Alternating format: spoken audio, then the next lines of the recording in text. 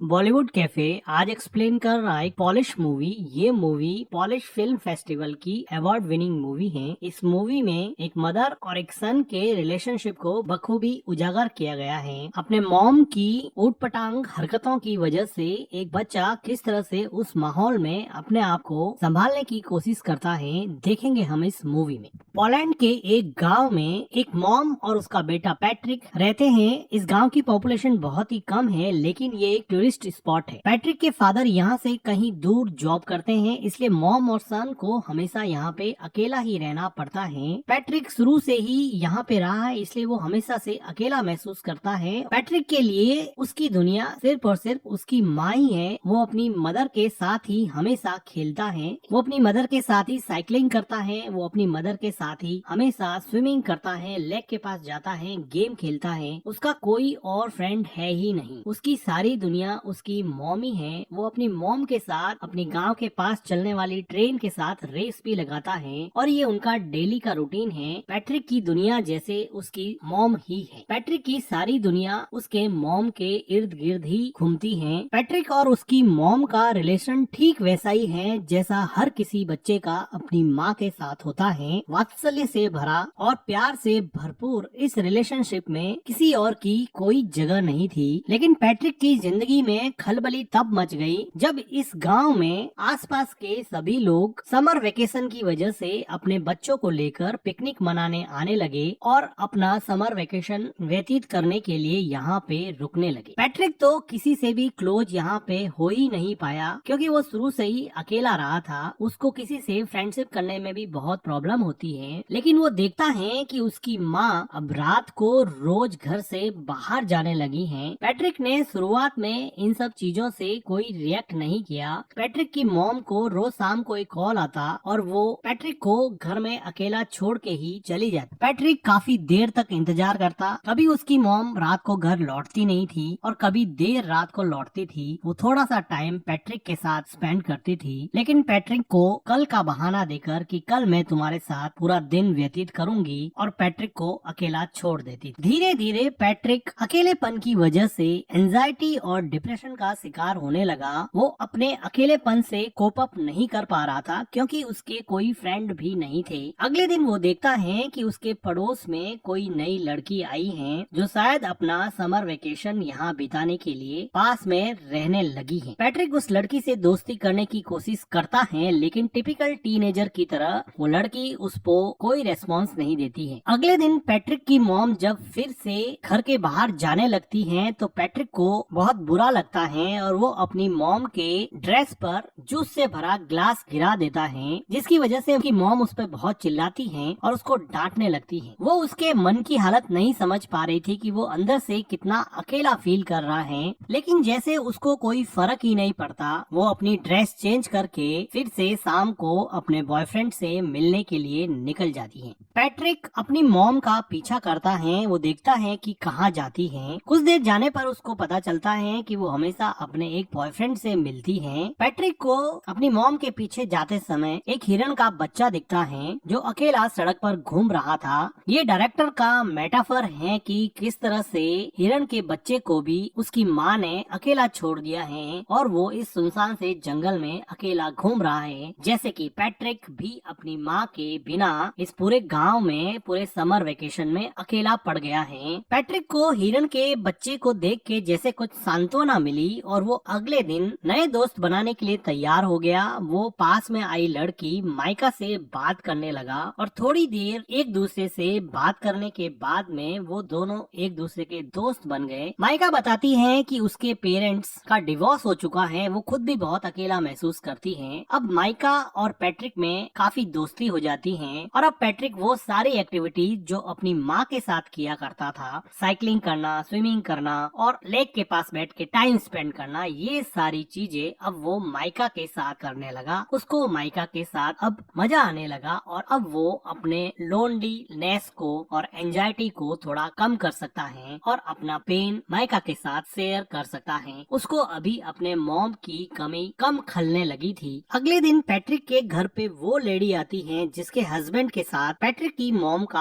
Affair चल रहा होता है। वो पैट्रिक को तो कुछ कह नहीं पाती है और उसकी मॉम उसके घर पे नहीं होती है हैं तो अकेली बैठ के वो बहुत रोती है। पैट्रिक एक वेल बिहेव बॉय की तरह उसको कुछ खाने को देता है। उसी शाम को पैट्रिक के डैड का कॉल आता है और पैट्रिक की मॉम उसके डैड से बात करते हैं। तो पैट्रिक की मॉम पैट्रिक को कहती है कि तुम अपने डैड को मेरे अफेयर के बारे में कुछ नहीं बताओगे, मैं तुम्हें वार्न करती हूँ। वो उससे कसम लेती है कि तुम अपने डैड को मेरे अफेयर के बारे में कुछ नहीं बताओगे। पैट्रिक कसम देता है कि मैं अपने डैड को आपके अफेयर के बारे में कुछ नहीं बताऊंगा। पैट्रिक को लगा कि ये बात मानने से उसकी मॉम उसके साथ ज्यादा टाइम स्पेंड करेगी, लेकिन उसकी मॉम को कोई फर्क नहीं पड़ने वाला था। पैट्रिक अब इतना परेशान हो चुका था कि वो मेन डोर की कीज भी छुपाने लगा। वो अपनी मॉम को जाने से रोकने लगा, लेकिन उसकी मॉम उसको मार के उससे लड़ झगड़ के भी अपने बॉयफ्रेंड से मिलने जाती थी। पैट्रिक चाहे अकेला बैठ के कितना भी परेशान हो, उसको जैसे कोई फर्क ही नहीं पड़ता। पैट्रिक के लिए अब एकमात्र सहारा उसकी नई नई दोस्त माइका थी, जिसके साथ वो काफी टाइम स्पेंड किया करता था और यहाँ के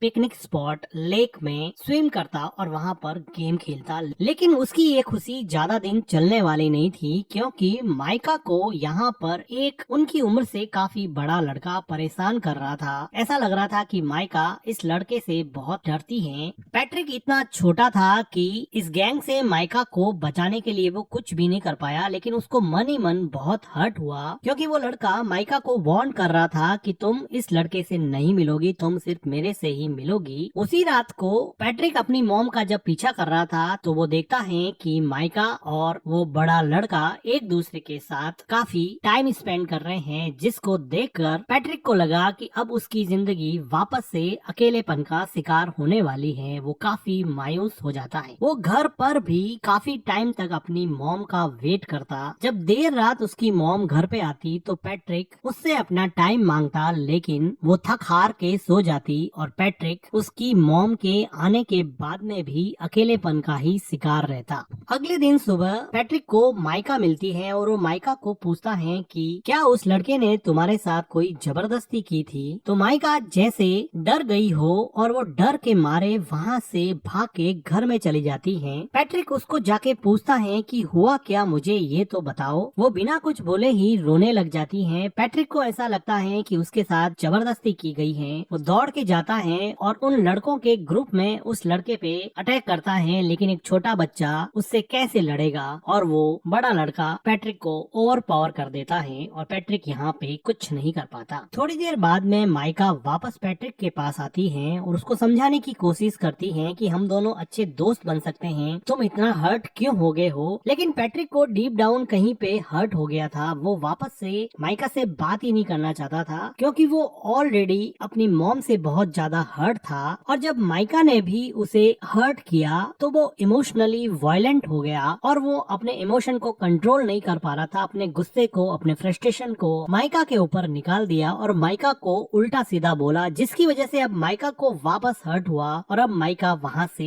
चली जाती है। पैट्रिक को बिल्कुल समझ में नहीं आ रहा था, क्योंकि वो छोटा सा बच्चा था, उसको समझ नहीं आ रहा था कि इन सब सिचुएशन से कैसे निकले। उसकी मॉम उसको बिल्कुल भी सपोर्ट नहीं करती थी, ना उसको गाइड करती थी। उसके आसपास कोई भी पेरेंटल गाइडेंस नहीं होने की वजह से वो अपनी ही दुनिया में जो उसको समझ में आता वो करता जाता और उसके अंदर अनस्पोकन इमोशंस का एक ऐसा गुब्बार बना, जिसकी वजह से वो बुरी तरह से फ्रस्ट्रेट हो गया। उसी रात को पैट्रिक की माँ घर पे रोती हुई आती है। ऐसा लग रहा था कि उसके बॉयफ्रेंड के साथ उसका झगड़ा हुआ है या फिर ब्रेकअप हो गया है। पैट्रिक की मॉम काफी दिनों तक उदास रहती है, लेकिन पैट्रिक अपनी मॉम को अपने पास में देख के काफी खुश रहने लगा है। वो अपनी मॉम की काफी केयर। उसके डैड वापस लौट आते हैं और दोनों के लिए बहुत सारे गिफ्ट लाते हैं। पैट्रिक को अब लगा कि अब उसका समर वेकेशन बहुत अच्छे से निकलेगा, क्योंकि उसके डैड ने उसे प्रॉमिस किया था कि मैं समर वेकेशन तुम्हारा साथ में बिताऊंगा। अभी एक अच्छी फैमिली की तरह खूब अच्छा टाइम स्पेंड करते हैं और पैट्रिक अपने मॉम और डैड को एक साथ देख के बहुत खुश होता है और उसका लोनलीनेस जैसे धीरे धीरे गायब होने लगा था, उसकी एंजाइटी कम होने लगी थी। तो एक रात पैट्रिक के डैड चेस खेलते हुए उससे पूछते हैं कि क्या तुम्हारी मॉम मेरे जाने के बाद में किसी से मिलती थी या रात को लेट आती थी। लेकिन पैट्रिक ने अपनी मॉम को प्रॉमिस किया था कि वो उसका राज किसी को नहीं बताएगा, इसलिए वो अपने डैड को अपनी मॉम के अफेयर के बारे में कुछ नहीं बताता है, लेकिन उसके डैड को इस बात पे डाउट हो जाता है क्योंकि पैट्रिक की मॉम का बिहेवियर काफी चेंज हो गया था। उसी टाइम पे पैट्रिक के घर पे माइका आती है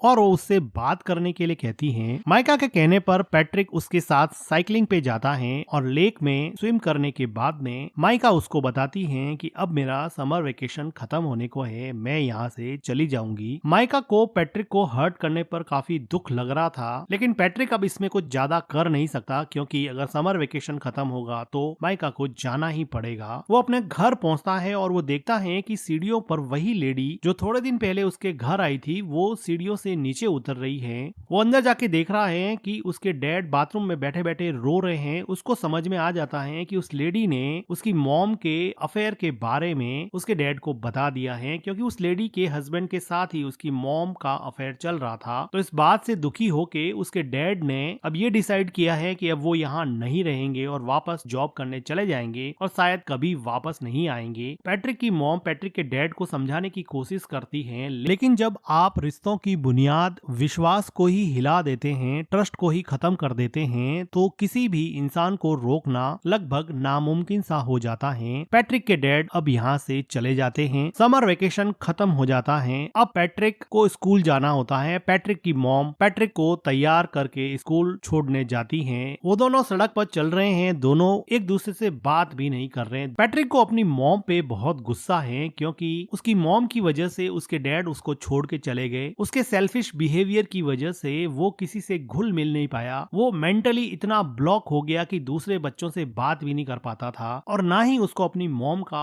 प्यार मिलता। अब वो रेलवे ट्रैक को क्रॉस करने वाले हैं। उसकी मॉम आगे जा रही है, बच्चा पीछे छूट जाता है, जो कि डायरेक्टर का मेटाफर है कि आप अपनी जिंदगी में आगे बढ़ रहे हो और बच्चों को आपने पीछे छोड़ दिया है। और इन दोनों के बीच में न जाने कौन सा इमोशनल आउटब्रस्ट रूपी ट्रेन आके आपके सपनों को, आपके अपनों को कब कुचल दे पता नहीं चलेगा। उसकी मॉम पीछे मुड़ के देखती है कि पैट्रिक पीछे रह गया है। वो ट्रेन को देख के डर जाती है, रोने लगती है कि उसके बच्चे का क्या होगा। अचानक से ये मोमेंट उसको रियलाइज कराता है कि उसकी जिंदगी में कौन इम्पोर्टेंट है, उसकी जिंदगी का अहम हिस्सा कौन है। वो आदमी जिसको वो रोज मिलने जाती है, या फिर वो हस्बैंड और उसका बेटा जो हमेशा उसके साथ थे, साथ खड़े थे। वो खूब रोती है। उसको रियलाइज होता है कि शायद उसकी जिंदगी का ट्रैक अब उसे चेंज करना पड़ेगा। और इसी के साथ ये मूवी एंड हो जाती है। मूवी का एक्सप्लेनेशन अगर आपको अच्छा लगा हो तो वीडियो को लाइक कीजिए, हमारे चैनल को सब्सक्राइब कीजिए।